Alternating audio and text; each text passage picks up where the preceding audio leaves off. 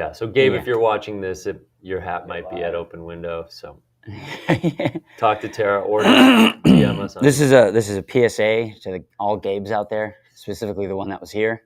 Yes. The last Gabe. If you have a hat, if you were wearing a hat in this studio, it is still here. And technically, if you've ever been to Outside Lands, or if you know what Outside Lands is, it might be your hat as well.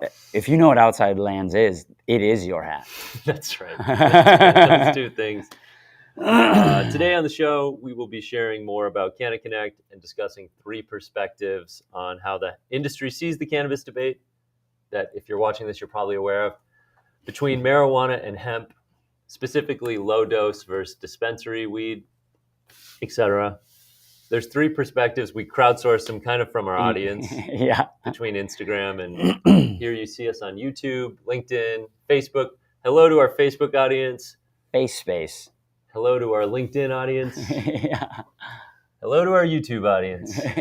Subscribe on all 3 platforms. Yeah, press the subscribe. Isn't this where the YouTubers go? Yeah. Like and subscribe. Click the button. Shout out to Open Window Productions. Yeah. We're live.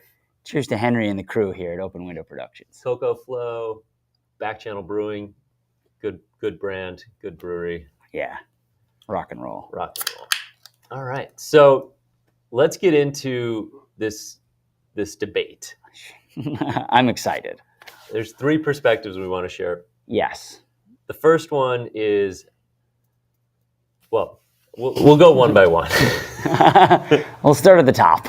We had a commenter on Instagram say, responding to a Star Tribune article that was about the sudden change in the policy around hemp. Industrial hemp or just hemp? Oh.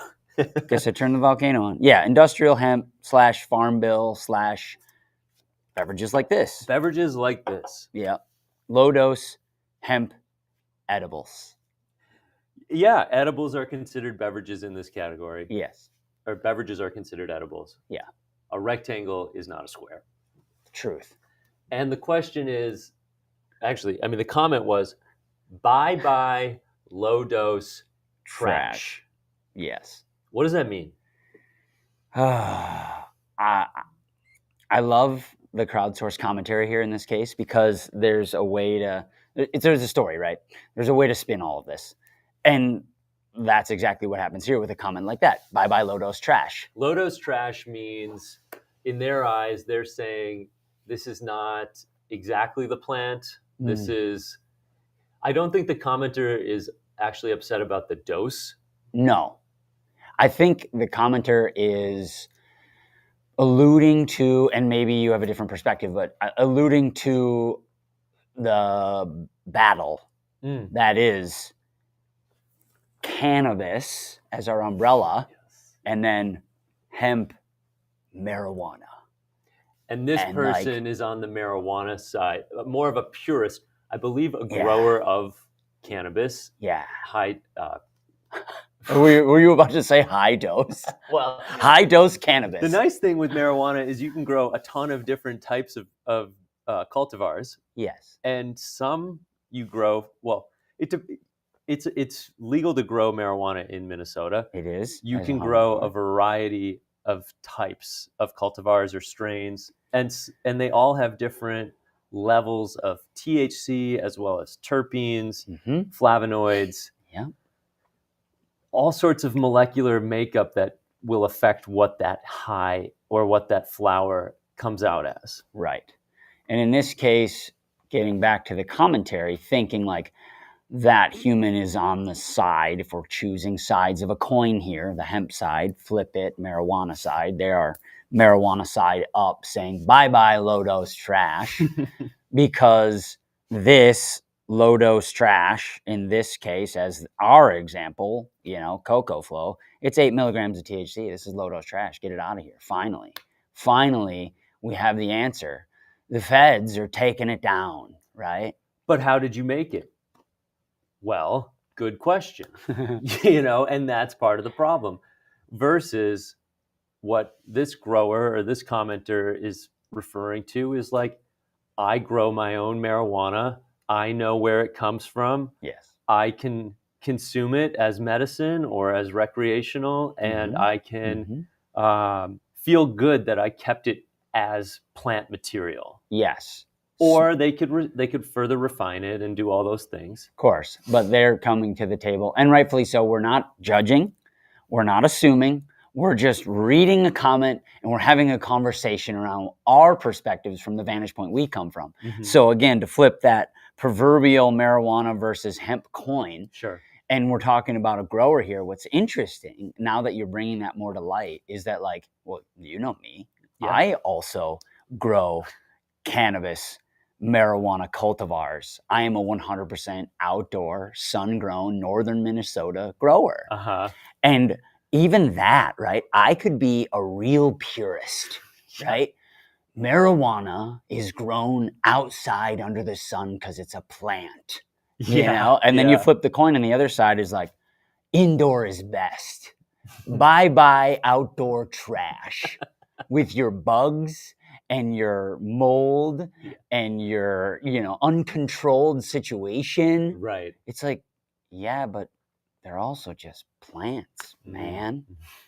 And they're best grown with the natural sunlight outside. Not saying, again, I've never grown cannabis indoors. Sure. I've never grown high-dose marijuana HDM inside. Yeah. And like our buddy Luke McCapes, he's a both. He grows indoor and he has some plants outdoor. Yeah. Right? He's not heads or tails. His coin is spinning, and he's waiting for it to land, and it's never going to land because it's perpetually in motion. Right. And the hobby and absolutely, I believe that Minnesota, I believe that all states should have the ability to grow cannabis. Yeah. Within some reason, I guess, because you have to put a cap on it. The states aren't going to say, "Oh, you can just grow as much cannabis as you want." That's not the world we live in. It's not the world we live in. I'll trip that trigger for you and say that I honestly feel like, oh gosh, there's so many parameters around it. But where I was going to go with it, I'll just say it, and then we'll dissect it. Okay. Is they're plants, right? And I feel there's a limit. There were rules. There's always fucking rules, right? In this world we live, this silly planet we live on. There's rules we can see and rules we can't see. There is so much more that we as humans can't see because of the frequency of vibrational energy that we can't resonate with, especially through our eyeballs. Yeah. We only see certain fractions of light. There is so much more we don't see than we do see. Now that's getting a little esoteric, friends, but we'll bring it back down to what I was about to go into, which is plants. I personally, as a grower of plants, a lover of plants, Henry, we got to get some fucking real plants in here, dude. These are fake as balls. I'll bring some next time. That'd be cool. I have a fiddle fig at home. Really? That was in the cabin. Dark Star Cabins. That's another segment. Brought to you by. I have fiddle fig, and it wasn't doing well. It wasn't doing well in the cabin. Okay. Because I don't have enough guest bookings right now at the Airbnb. Yeah. Off-grid cabin. And plants. This is all going to circle right back in to Bye Lodo's trash, by the way. There's not enough guests. And I go there about once a week just to check on things. Water the plants. Sure. And there's not enough guests coming in right now because it's a new venture of mine. And the plants are getting sad. Really? Yeah. Like all the plants in my house and like the plants, the cannabis cultivars that I grow, the marijuana cultivars that I grow outside. Yeah. When I grow those, and the growing season's done now. Here we are in the late year. It's November. We're having a conversation. The growing season outdoors is complete. Right. But to liken that back to indoor plants, they need love. Plants need love. Huh. Plants need our energy. Mm.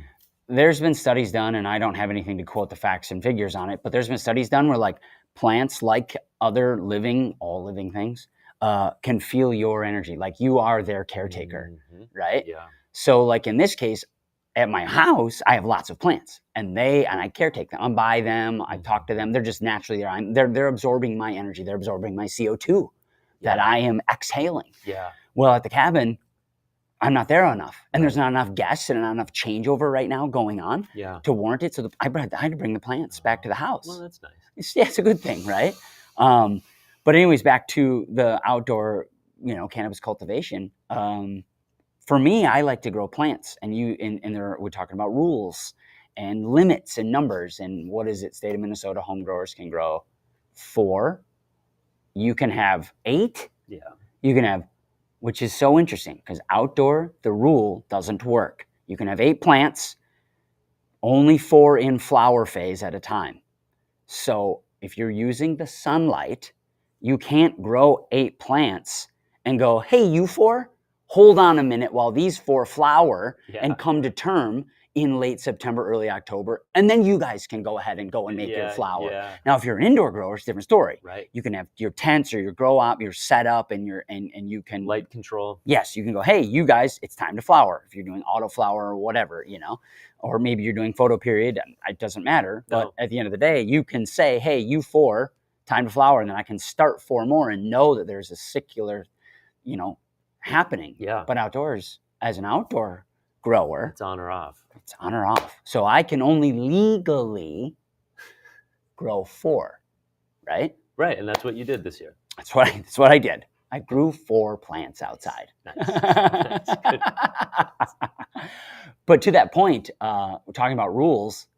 I think I like there's a whole other side of this, especially on the recreational, the like business aspect. I don't grow plants for business. I don't have a license to grow. I'm just a home grower. Mm-hmm. I'm just doing it for fun to grow plants because I'm interested in cannabis plants. And they... So is this guy. Who's up in your area. I believe he hails from the Duluth area. Yeah.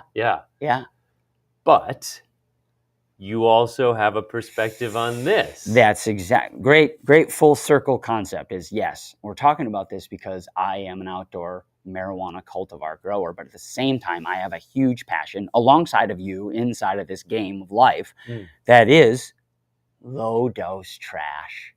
I have a affinity for beverages because of my almost 20 years in the craft beer and beverage industry. Yes. Which also then in the last 3 to 4 years has tied really well into the cannabis beverage, i.e. low dose hemp derived beverage industry. Yeah. And my coin's spinning. Mm-hmm. My coin spins like a top. Mm-hmm. Because I see it from all vantage points. Mm-hmm. Right? I see the words and the concepts of what it is and how it is and why it should be and why it shouldn't be. I really take a perspective on the shout out to Open Window Productions.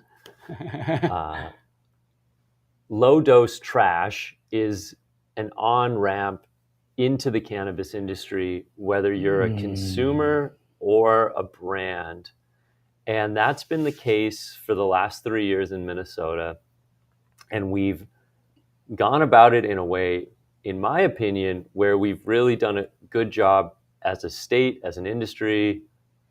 Compliments to the government for also getting this right, our legislature, on removing some of the low-dose trash from the consumer and from the brands and their ability to produce these products. And what I mean by low-dose trash is THCA flower, one, which is not even low-dose. Right. So I guess I'll leave THCA flower alone. But THCA flower, we can talk about that in the marijuana versus hemp loophole, the third perspective. Yes. But let's say Delta 8. Delta 8 was super popular 2021, 2022. Yep. We don't even see Delta 8 anymore. Delta 9 has just become the preferred Delta for low-dose hemp edibles. And then... especially in the state of Minnesota. That's what I mean. Yeah. In the state of Minnesota. To clarify. There are still...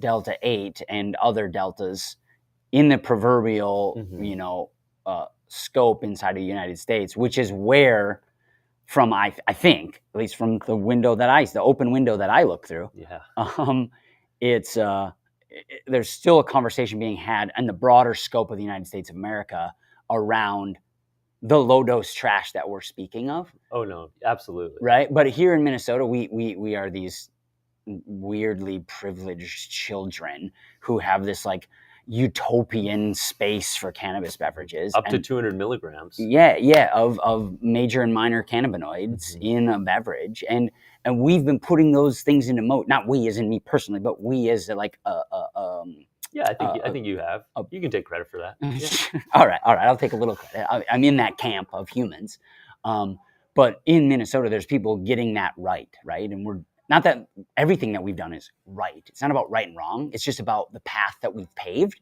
and how it is working. I think it's been productive. There you go. The wins outweigh the losses, and they took a hard stance. The OCM, and prior to the OCM, they took a hard stance. OCM for humans outside of the state of Minnesota, Office of Cannabis Management. Yeah, sometimes it's OMC, it's OCM, it's different things in different states. Yep. The regulatory body. There you go. And we don't have THCP, we don't have Delta 10, we don't have HHC anymore. Now, I did see those products at Legacy Cup in 2022. Sure. I don't think we saw them in 2023. I think they were out the door by then. Mm-hmm. So we've had 2 years of responsible regulation that really has worked. In some favor, it's worked more to the brewers. Yeah. And the 3-tier system that exists. Yeah. But from what I hear, beverages are the entry point into cannabis at a low dose. They're not where people stay forever. Sure. So I think there's the ability to go from 5 to 10 to 20. Now, 20 milligrams is something that you're only going to find in the dispensaries. Right. But from a THC perspective. Yes. Okay. Yeah, and our audience is knowledgeable here, but the 5s and 10s is what you can get away with per piece, per serving in the edible space. And the folks that have an issue with that, I just don't see it the same way. From what I understand, the producers that are making these products, now you can't speak for all producers, but there are folks out there that are doing it in a relatively clean way. Yes. And it's not as much of in Minnesota. Yep. It's not as much of a concern as it is in other states. And so for the folks that are in Minnesota that are hating on low dose trash or calling it low dose trash, I would say like what you've seen in the last 3 years is a lot more cannabis consumers. And you've also seen amongst your peers, whether you recognize them as your peers or not, you've seen a lot of folks being able to get into the industry as an entrepreneur, start a brand, and create products. And some have really taken off. And that's not to say that their success is your loss. Right. I don't think the OCM or the state of Minnesota has necessarily done a lot of like runway paving for these brands besides putting a little bit of a box around 5 milligrams. Yeah. Maybe putting up Delta 9. putting up the bumpers, right? Yeah. The rails on the bowling lane, right, so to speak, right? But there's still more lanes in the bowling alley. Yeah. Like 100p, man. So for the guys out there that continue to rail against hemp, like just stay in your lane. Like they're not taking anything away from you. Your time is coming. You're going to have so many pins to knock down. Oh, yeah.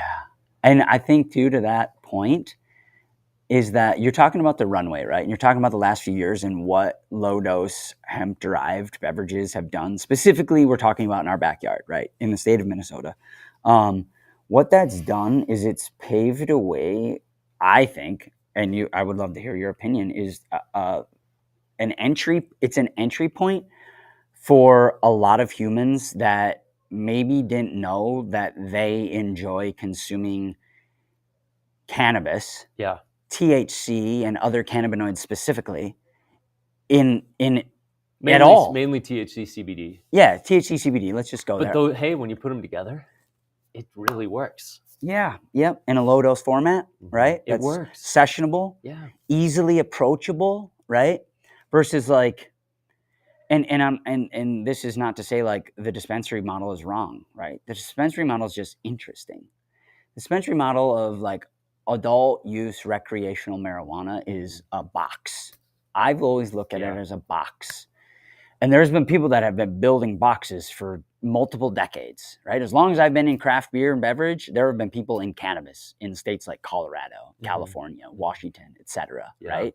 That are those legacy markets. But at the same time, for a new market, the 23rd state currently opening up right now for adult use recreational marijuana consumption of products and the purchase of those products, it's still a little box that the average consumer who knows cannabis, who knows marijuana and wants to buy flower or whatever format that you want to consume your cannabis in has to go to that little box. Now, what have beverages like this done? It's taken them out of the box or the proverbial lane that we talk about here, and it's put them in a bunch of other little lanes and other boxes for humans that might not necessarily have gone to that little box to buy because there's a stigma around that. Right, you can smell it. Yes. And once again, it's not bad because I am a marijuana consumer, right? Yeah. Of all different formats. And us both, we are. Brownies. Exactly. Brownies, flour, dabs, whatever you want. Vape pens. So at the end of the day, how I'm looking at it is, or how I'm thinking about it is, beverages like this have opened, I was going to say door, but I think we'll stay on the window train, have opened the window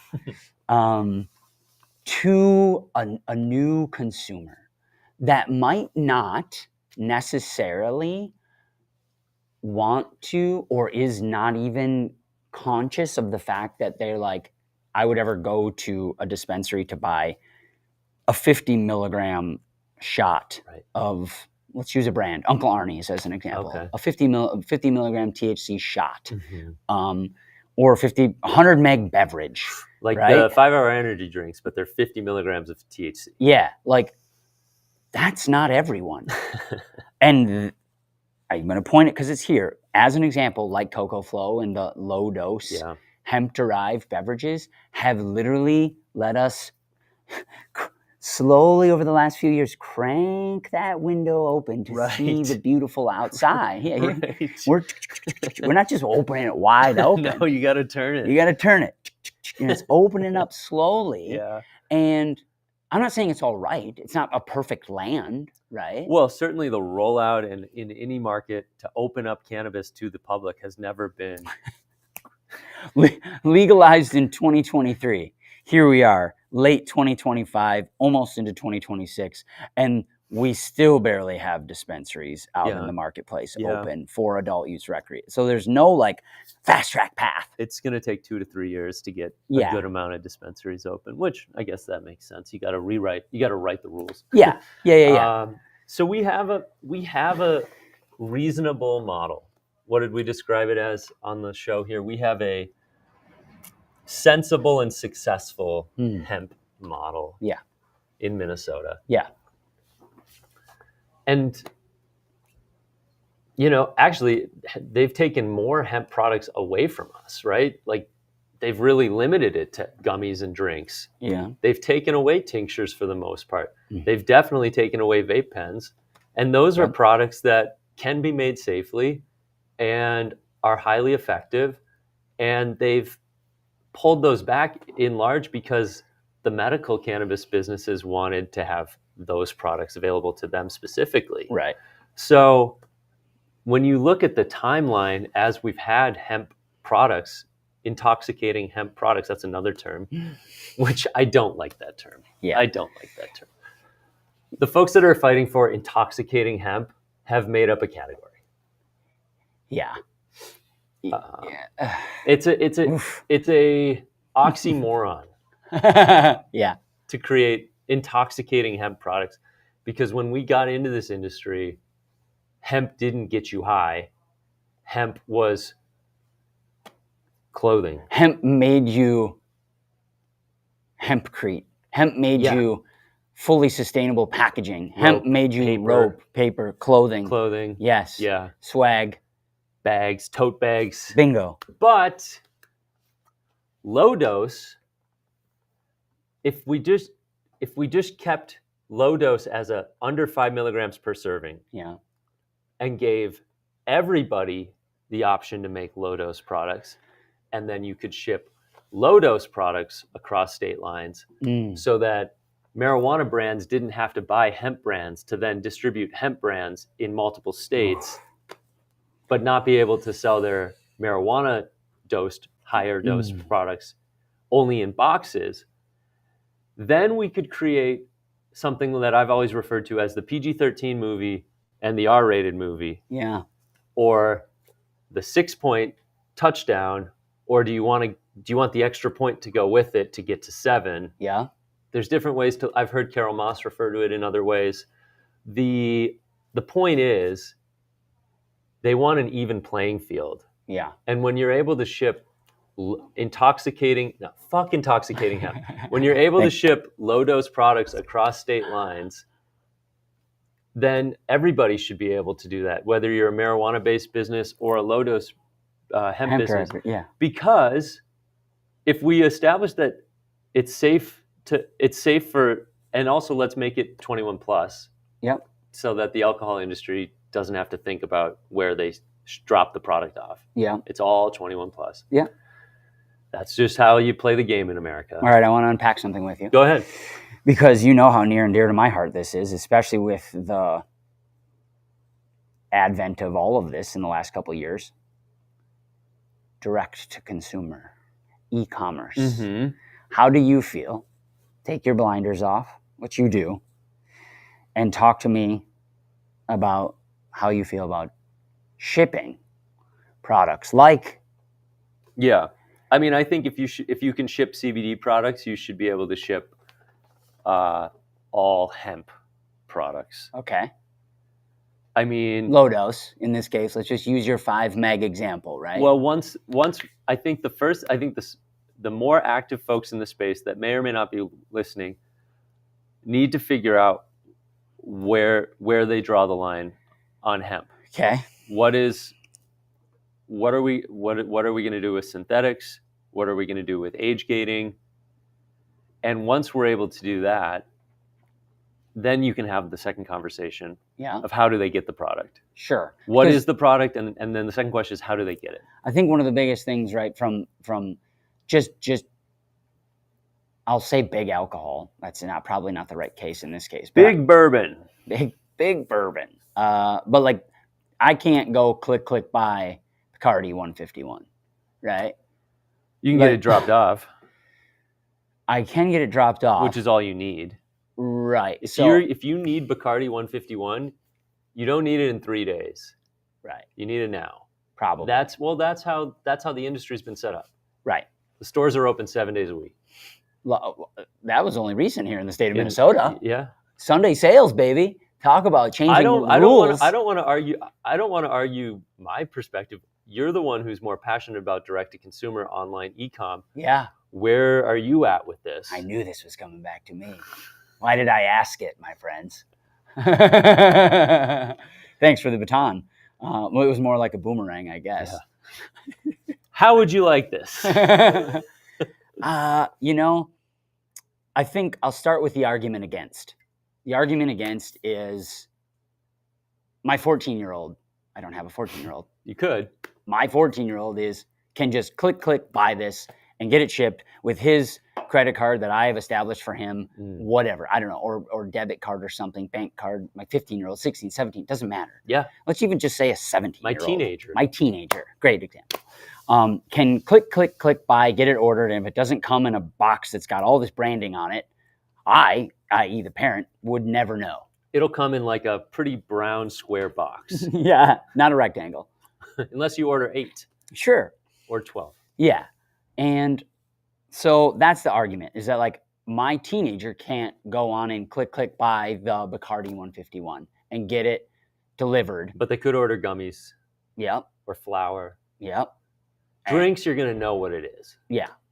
And I think that argument is interesting because I use Bacardi 151 as like a far end. You can be part of wine clubs, right? You can order a box of wine every month. It'll come a case of wine, however often you have it. A crate. a creative one, but what I've heard, and I haven't ever done that personally, but what I know from other humans that have is you have to go through a pretty lengthy process to be part of a wine club. Okay. Like there's a lot of forms to fill out. There's a lot of information. There's a lot of verification. Yeah. Of who you are, what your age is, all that stuff. So that's a different level of consumer. That's like, I want wine, and like I'm going to get a case of wine every 3 months or something of that nature. Subscribe and save 15% off. Yeah, exactly. Which is a problem because they're trying to get you on a monthly shipping retainer, and they don't really care who you are. Right. But can you scan an ID online? Or can you have to enter an ID online? I mean, yes, there are 100% there are ways to do that, and I've never bought the wine club stuff, but like you put in your ID, put in all your information. I'm sure there's systems by which it can verify, just like anything, trust but verify, right? Put in the last 4 of your social, like you're going to get in somehow. Not telling. Yeah. But on the flip side of that, I'm going to go to beer, right?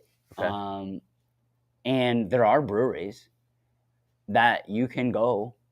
I just was in a meeting literally yesterday looking on a few brewery websites. A couple differences. One was in Charlotte, and you can click and buy and get it delivered, but only in the state of North Carolina. Okay, that's good. Off their website. Okay. They're only in North Carolina, so and there are age gates, right? And those age gates are yes or no. Are you 21? Yes. Can you legally drink alcohol? Yes. Put this 6-pack in my cart? Yes. Buy, check out with Shop Pay, Apple, Google, whatever. Easy. Email, whatever you want to do. Buy it and get it delivered to my house in North Carolina. Okay. Another brewery out of the state of New York can ship to like 38 states. Really? You can click, and buy 4-pack, 4-pack, and you have to get to a certain threshold. I didn't know you could do that. Yeah. Yes. It's real life. And so the argument... How are they able to do that? I have to... I have to learn homework. More. I have homework this week. Okay. So I am... It's just an interesting... But I like that you brought up beer versus Bacardi 151. I started there to roll the conversation because that's easy. Yeah. Because it's easy to pit against hard liquor. I mean, if I drank a bottle of Bacardi 151 today, I would die. Yeah. If I bought some gummies from Balanced online and I ate all of them, probably not going to die. I'm not going to die. You're going to be pretty... I'm not going to record the show. No, you're going to be like... I'll probably call Steph and say, hey, I did something stupid. But you're not going to die. And if I drank a 4-pack of beer, I shouldn't drive, but I'm going to be okay. You're going to be okay. And if you drank these 3 Cocoa Flows at 8 megs a piece, you're going to be fine. Yeah, I'd have to go to the bathroom. I'd have to pee. Yeah, you're going to feel good. You're going to be feeling real good. Yeah. To say the least. Right. But anyways, I think just throwing the baby out with the bathwater in this case, saying like, and I know there's a way that we have to come to, there's a gap that we have to fill.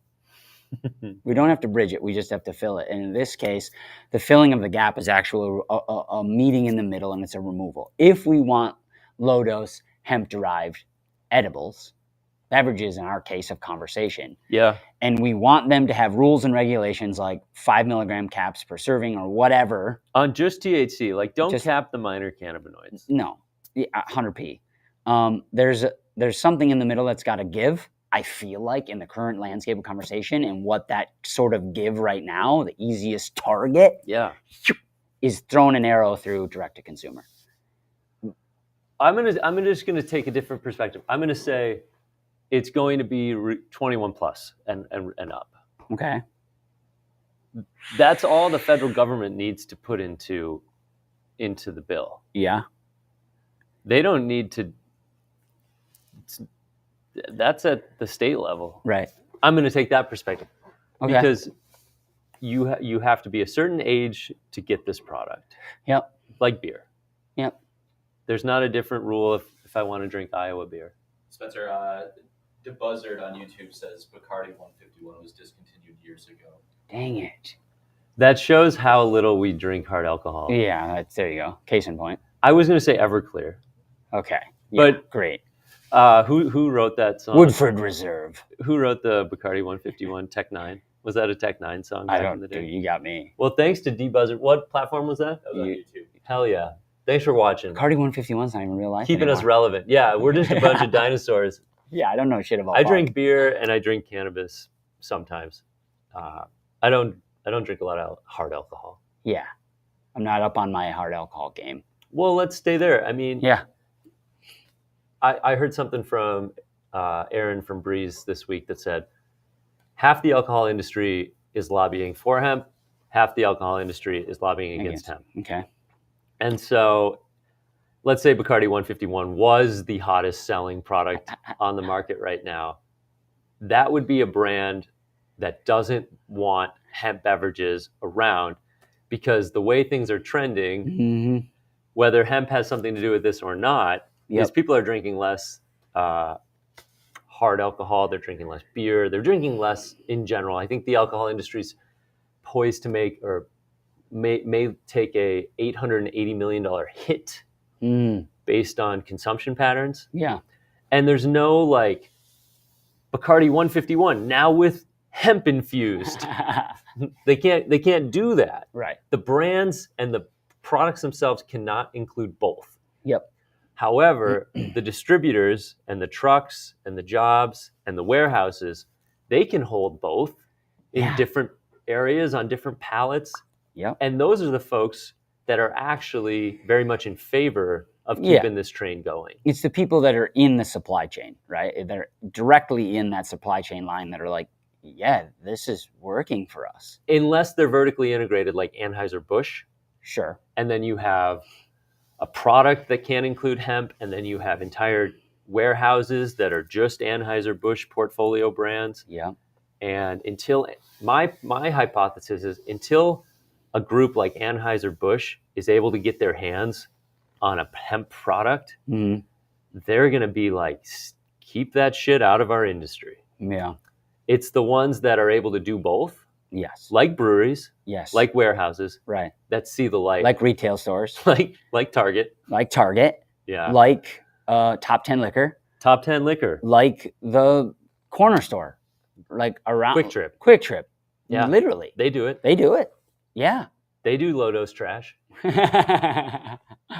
Yeah, exactly. Bring up a seg. So let's figure out a segue into the second bullet point. Actually, I think what's your airplane mode say? We're on. So the second bullet point was protecting Minnesota's sensible and successful hemp model. Okay. Which I feel like we've covered. We covered, yeah. And then there's the marijuana versus hemp, the cannabis loophole. And we'll take a quick break and be right back. Yeah. Sagi Wonka Cultivars on YouTube said he would rather smoke, eat, drink cannabis before drinking ever again. Drinking is just a bad hangover the next day. Cannabis is the gift that keeps giving. Yeah, dude. I mean, yeah. I mean, it feels good to feel good. I mean, right? Right. I don't know. Like, I've had my fair share of alcoholic beverages in my life. And there is a spectrum to that consumer, right? That consumer drinking alcoholic beverages, whatever your poison, pick your poison from wine, beer, spirits, etc. The spectrum I speak of, Henry, is like somebody in moderation, a couple drinks, to somebody in excess, fully saturated brain, right? And you feel like garbage the next day. As we were just talking with Steven here, it's like same thing, Coco Flow, like, you know, you're probably not going to drink a 12-pack.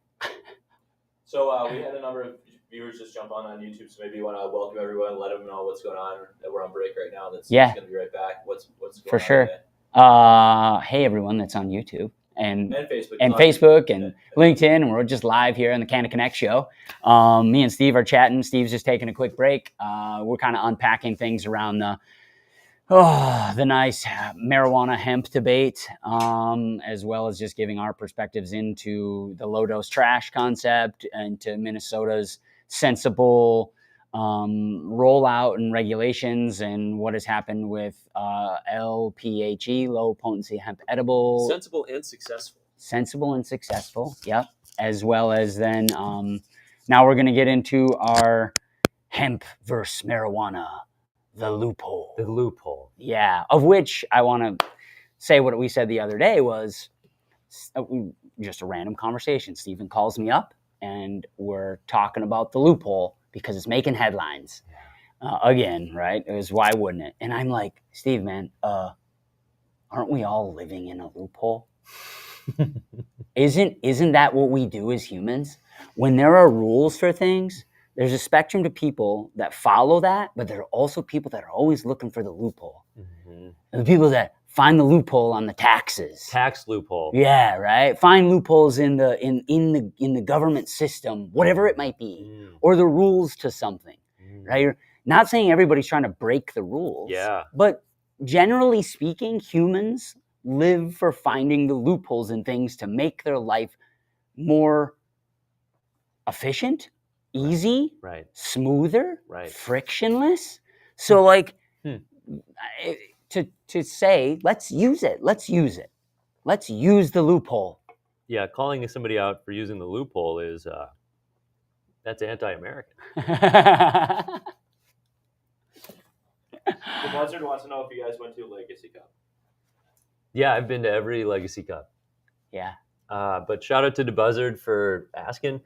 I never have. I've never been to a Legacy Cup. All of them. You've never been to one. Yeah, look at this. Talk about opposite ends of the spectrum. 2019 was the first Legacy Cup, and it was so cool. It was so small.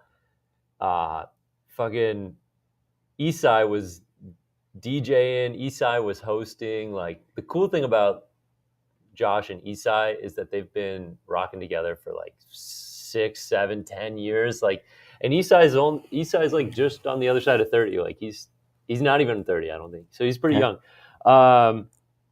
Josh is our age. The first Legacy Cup, I got that day. I juiced hemp leaves at Zach Robbins' house. He had a harvest party because he was growing hemp in his backyard in Minnetonka. Nice. And then we juiced his hemp leaves. I brought like apples and carrots, and we did a blend. ABJ, always be juicing. At that time, I was juicing hard, and then recovering, and then the Legacy Cup was full of CBD edibles and like full spectrum CBD edibles, and like maybe some of them were hot because like people were getting high that night just off the CBD edibles at Legacy Cup. It was so cool. There was so much CBD flower being smoked. There was so much, like, at that time, there was a lot more you could do with hemp in 2019 than you can do with it now. And if you look at companies that rail against the OCM, like Jeff Brinkman and Superior Cannabis Company, like, they are upset because there's so many products that have been taken away from the CBD shops. Retailers, the hemp shops now, as they're known as, but they were called CBD stores back in 2019. And I think Legacy Cup probably had a trophy for best CBD store, or it wasn't best hemp shop back in 2019. Like, that's new vernacular that's come through the Farm Bill and Delta 9 THC. And I think the other part to acknowledge is there are different ways to synthesize or to extract and then get to Delta 9 from CBD. Mm-hmm. And I think we have a lot, like I mentioned, we have a lot of clean retailers here. A lot of clean extraction groups here. Yes. Not a lot. There's so many extraction groups have gone by the wayside over the years because there's been less you can do with hemp CBD. And as people went to Delta 9, then they found different ways to get Delta 9 distillate or Delta 9 isolate. So the loophole and then the cannabis versus hemp thing is, like, now you look at all of the independent licensees, the 12 or so cannabis license types that are available, and how that group is the most upset. No longer are the hemp shops and the CBD brands and the low dose brands the guys and gals that are most upset with the government and the rollout. It's now the independent retailers that are waiting for flower, having to pay upwards of $4,000 a pound because there's such a limited supply of product right now. Right. And of course, there's always in the beginning going to be a limited supply of product. But when the licenses opened up versus or sorry, within prior to the harvest, prior to the planting season or after the planting season was a huge blow to the supply chain. Yep. And is why you're only seeing a handful of brands being able to supply the market right now. Mm-hmm.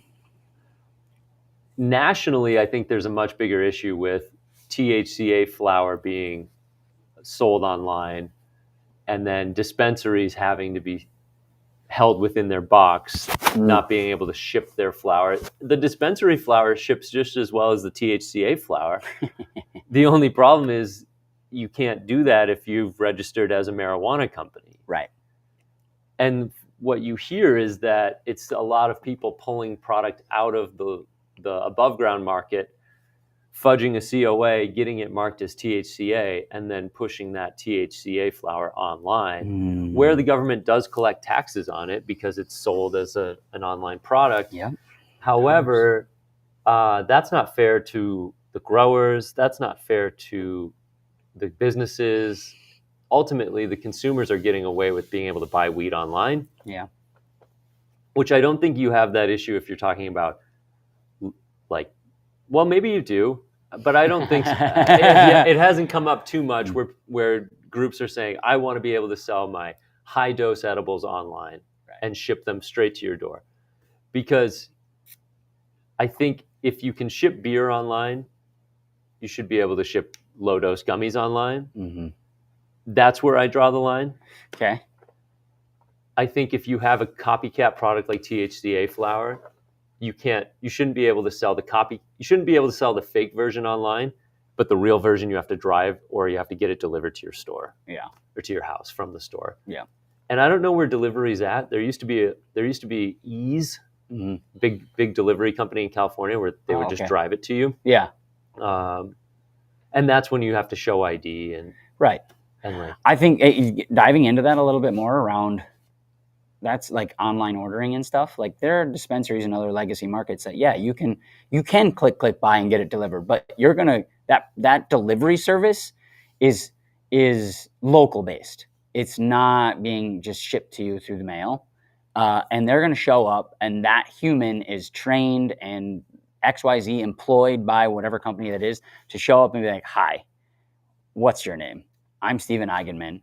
Great. I have a package for you. Yeah. Can I see some ID?" Yeah. It's not, "Oh, hi, are you Steven Eigenman?" "Yeah, I am." "Okay, let me see some ID." And it's your 15-year-old kid that's like, "Yeah, dude, no, you ordered, no, you're not your dad." Well, they don't even need to see you. They'll just leave it at your door. The postman's not going to knock twice and ask for your ID. Right, but the delivery service is. Yeah. Now, hang on a second, though. I want to make that point because that's where I was headed. The delivery human, that's FedEx, USPS, UPS, et cetera, DHL, et cetera, Amazon, whatever, does need, on average, probably 99% of the time, just drops the package at your house, whatever you order, right? However, there are products that you and I order. I'll give a great example, an iPhone. Oh, good. For an iPhone to be delivered to your house, you need to receive, I have ordered new iPhones in the past X amount of years, and from Apple, and they won't drop that and leave that there.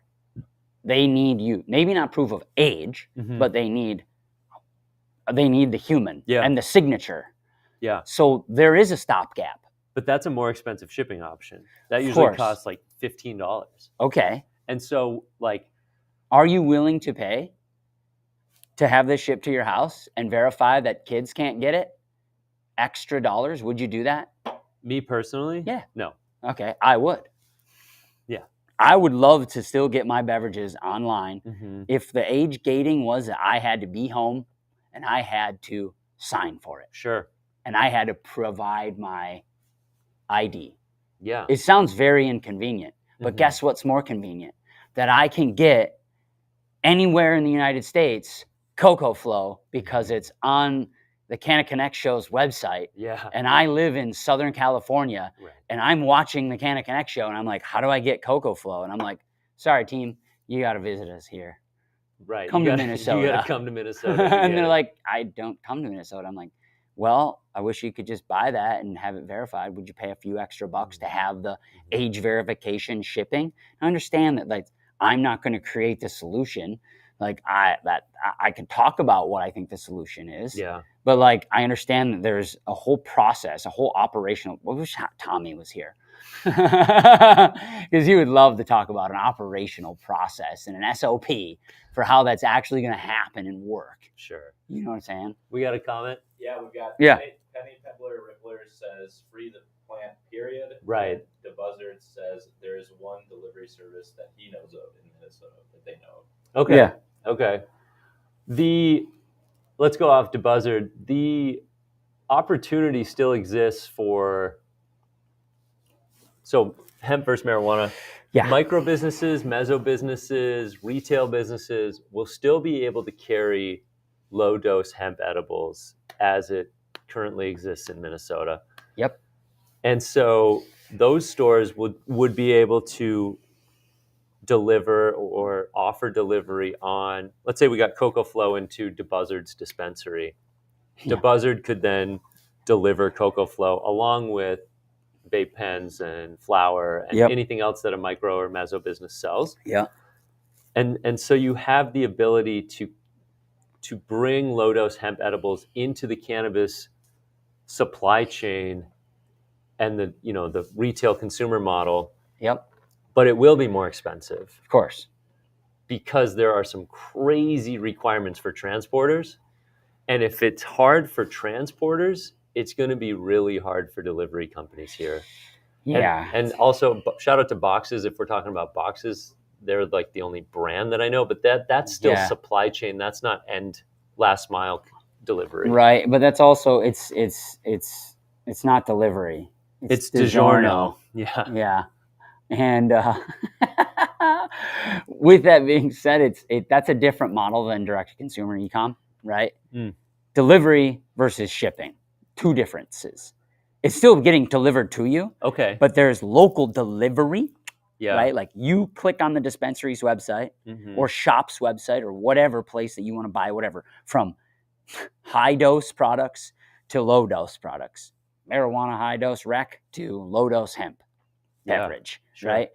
Local based delivery from that entity through a courier that is a licensed courier to deliver has a license to deliver said product from high dose marijuana to low dose hemp edible. Okay. This side is I can buy it online and it will get delivered through a mail service. Yeah. Right? I think there's a huge difference between the two. Well, there's definitely different companies doing those two different things. One company we should highlight that's potentially, allegedly, putting a stick in the wheel of some of the DTC Yeah. is DoorDash. Yeah. Allegedly, DoorDash lobbied to create that interpretation of the rules within Minnesota related to low-dose hemp-derived products being delivered to consumers like yourself. Yeah. I mean, it's not surprising. What was surprising was when they initially entered the space. Okay. Shout out to David Gonzalez. Yeah. Shout out to Dave. I think he was one of the earliest blokes on DoorDash. Yep. Because he's a tech-minded consumer innovator, marketer extraordinaire. But ultimately, you get companies of that size involved, they're going to throw their weight around. Yes. David versus Goliath. Ooh, nice. I like it. Did you know that? I did. Yeah. Yeah. The DoorDash game. What else you got? Penny Pebbler Rippler says, kind of compared what you guys were saying to the gun industry. Oh, interesting. I don't own a gun. Said, I own guns. like You gun own rights guns. here, but there's thousands of guns being made in the country. Say that again? That's what he said. He said, just like gun rights here, but there's thousands of guns being made in the country. Sure. Wow. That's One thing that cannabis folks have issues with is the fact that legally you're not allowed to own guns and drugs at the same time. And that's like a lot of a lot of conservative cannabis users find that to be problematic for their lifestyle. Yeah. Because it's a Schedule 1 drug. Yes. Federally. A controlled substance on the Controlled Substance Act. And that's a whole nother Canna Connect show. But where just to bring light to the marijuana versus hemp conversation, Debacle. yeah, is there's serious consideration at this point to say, well, fuck, shit, should we just deschedule it? Should we just legalize it? Take it off the Controlled Substances Act to Schedule 1 so that it becomes easier for everybody to play in this space? Yeah. And I think that's what the highest level folks are thinking. It's like, hey, if we get it off Schedule 1, there's just a lot more we can build around these products. There's a lot more investment that can come into these products and these businesses while not necessarily getting rid of 5 milligram products. Right. Would you want to tell our viewers what they can expect on the upcoming episodes of the Canna Connect show and what's in the pipeline for Canna Connect? Yeah. And just remind them to share this amazing content. Well, thanks to everybody who's been tuning in today on LinkedIn, Facebook, YouTube. Really appreciate the comments. Yeah. No idea if anybody's watching on LinkedIn, but Spencer Ploessl's on the show today, so somebody's got to be watching on Hopefully somebody's LinkedIn. on that LinkedIn verse. And these episodes stay live on LinkedIn. They stay live on Facebook, so you can rewatch them if you're not tuning in right now. Thanks for coming back. When it comes to what's next for Canna Connect, we've got weekly episodes dropping on our YouTube channel starting in December, early December, first week after Thanksgiving. The week of MJ BizCon, actually, we'll be dropping the Tara Falk episode. Cheers to Tara. Yeah, Tara was coming a great out guest. to Minnesota and coming on the show. Yeah, I hope you feel better, Tara. She was awesome. She loved Coco Flow. Nice. And we'll be rolling out weekly episodes starting with Tara, then Tony, followed by, we've got a recording in December that we're going to be bringing on some local guests. Like, I don't want to, you can't say it because what if it doesn't happen? Yeah, no. We've got some cool people, though. Definitely some folks that have been in the industry a long time, folks that have perspective and are either users or have used and have a history of use. Like, we want this show to be authentic. We want to have guests on the show that are actually about the plant, that want the best for the plant. Yes. And it's not just an advertisement, right? Like the guests that we're going to have here, beyond me and Steven and Natalie and Luke and Tommy of Canna Connect, right? Like the guests that we bring on are not just advertisements, right? Like the Canna Connect show, as we said in our pilot episode, like, Steven, what the fuck is the Canna Connect show? Right? Like, we're still making it up. We're still building the plane as it's flying off the runway. And it takes people like you that are watching live, right, to chime in and make chatter in the chat, in the commentary section, right? So you can help us shape this conversation, because that's what these are. These are conversations.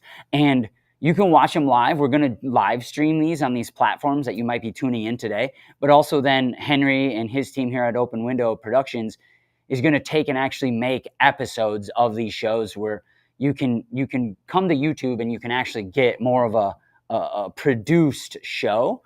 So we go live though because we just literally said, why not? Why would we not have these conversations live where people can tap in, tune in, and absorb the information now if they so feel? So beyond YouTube and like LinkedIn and FaceSpace, how are we delivering the Canna Connect show to people? Yeah, well, it's interesting. The Instagram is one thing that we're doing, but the Cannaverse. The email newsletter that we're rolling out on Sundays and Wednesdays, twice a week. This industry's heating up. We're hitting them twice a week. Let's go. Bingo. The Cannaverse, if you type in the Cannaverse, you'll find it. Number one. And then SEO juice. There's a book here in Open Window. Just looking on the bookshelf, it's SEO for Dummies. And I wanted to look at the print date on it and see how relevant it still is in our world today. Right. It's not Harry Potter. The bookstores don't get updated as years go on. But the thing I was thinking about before you plugged the Cannaverse is Oh man, I mean, you just like, and I Yeah. was like, Oh, you were going down. I asked you where you can find where we're delivering this show, and you said Instagram is where you went. well, that's first. because I wasn't ready. Oh, you weren't ready. But the Love it, dude.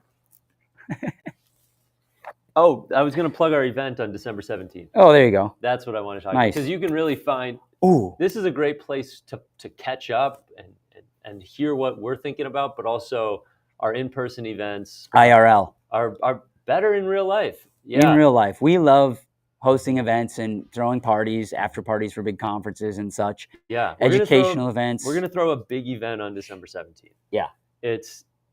There's some information out right now, but it's going to get updated, and it's going to be awesome. And especially for the licensee. Now, I know not everyone has a license or is going for a cannabis business, but ultimately the most important people that we need to take care of right now are the licensees. And this event on December 17th is going to be an open window into what people can expect as they get their license, and they're looking and they're working with Metric, and they're understanding the seed to sale tracking that's required within the industry. Sign up for our December 17th event. It's going to be awesome. More information coming soon. Stay tuned to the Cannaverse as well as our social pages. And thanks for watching. Yeah. We'll see you in December. Appreciate you being here.